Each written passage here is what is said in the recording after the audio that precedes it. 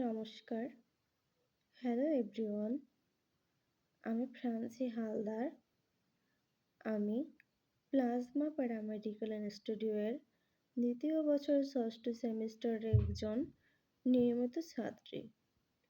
Batch নং ৩০৮। আমার roll number ১২২৫, registration number ১০২৫।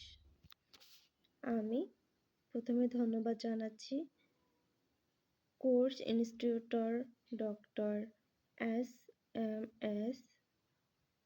Aurangzeb স্যারকে এবং গাইনোকোলজির মতো একটি কঠিন সাবজেক্টকে সহজ সরল ও তথ্যবহুলভাবে আমাদের সামনে উপস্থাপন করার জন্য স্যারকে অসম্ভব ধন্যবাদ এবং আমাকে গাইনোকোলজির মতো একটি টপিক নিয়ে কিছু বলার সুযোগ করে দেওয়ার জন্য স্যারকে অসম্ভব ধন্যবাদ। আমি কথা বলবো অলিগোম্যানেরিয়া। অলিগোম্যানেরিয়া হলো ঋতুস্রাবের সময় যদি ফোঁটা ফোঁটা রক্তস্রাব হয় ও স্রাব অল্প ব্যথাযুক্ত হয়, অর্থাৎ 50 ml এর কম রক্তস্রাব নির্গত হয়, তবে তাকে অলিগোম্যানেরিয়া বলে।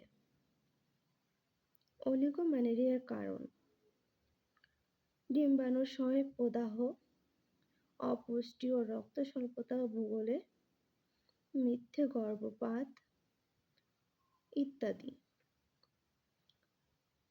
অলিগোম্যানেরিয়ার কিছু লক্ষণ: জরায়ু হতে ফোঁটা ফোঁটা রক্তস্রাব হওয়া, স্রাব 1 থেকে 2 দিন স্থায়ী হওয়া, স্রাবে বিভিন্ন সমস্যা দেখা দেওয়া, তলপেটে কম বেশি ব্যথা হওয়া, রক্ত স্বল্পতা দেখা দেওয়া, শারীরিক দুর্বলতা ইত্যাদি। অলিগোম্যানেরিয়ার কিছু চিকিৎসা: রোগের সঠিক কারণ নির্ণয় করে তথ্য অনুযায়ী চিকিৎসা দিতে হবে। ব্যথা থাকলে নিবারণের জন্য দাফেদর্ন এবং দর্দ ও জাতীয় কিছু ওষুধ দিতে হবে। পুষ্টিহীনতা ও কিছু প্রতিকার থাকলে তার ওষুধ দিতে হবে। কোষ্ঠকাঠিন্য থাকলে তা দূর করতে হবে।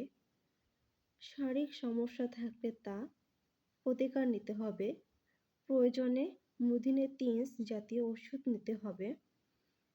বসবাসের পরিবেশ এবং ব্যক্তিগত স্বাস্থ্যের উন্নতি ঘটাতে হবে ইত্যাদি। ধন্যবাদ সবাইকে। আসসালামু আলাইকুম।